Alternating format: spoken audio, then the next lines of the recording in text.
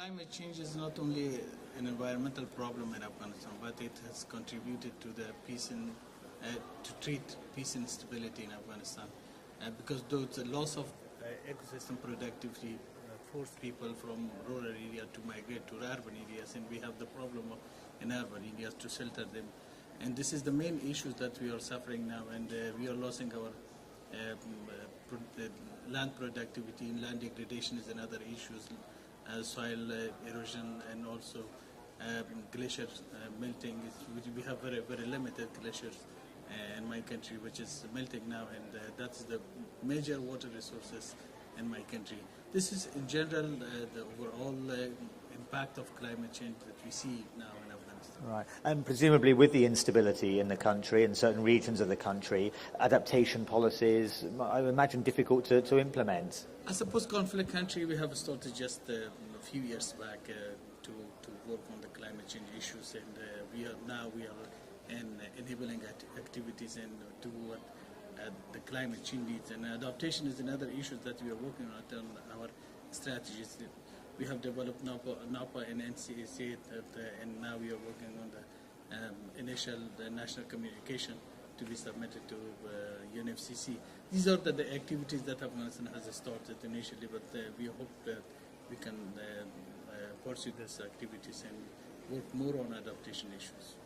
Thank you very much. I mean, a country like Afghanistan, obviously poised, waiting for some kind of results out of talks like this.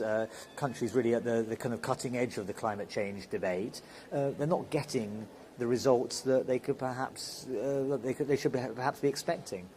Well, they're getting far from the results that we need and are expecting. Afghanistan is one of the least developed countries and part of the least developed country group here at the climate change negotiations.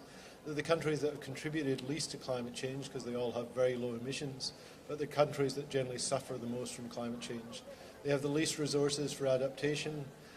They suffer often from loss and damage, as we've seen in the Philippines from their recent suffering from the typhoon that caused significant loss and damage.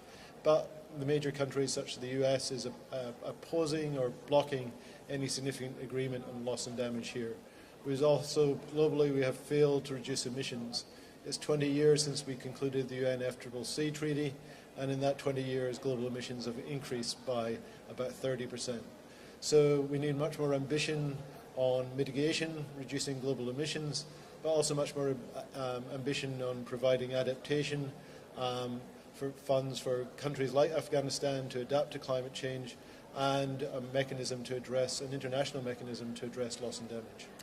More ambition, certainly. That's a message that seems to be cutting right across the board. The ambition levels are set too low. Lack of urgency, yet at the same time the scientific evidence is mounting, is indisputable as to the effects of climate change. Where's it all going wrong? What's happening? Why are we not getting the results here in Doha? Well, I'm not sure this is the best process. I have been in lots of rooms where we're arguing over sort of words of text, and even over words of text within the shared vision.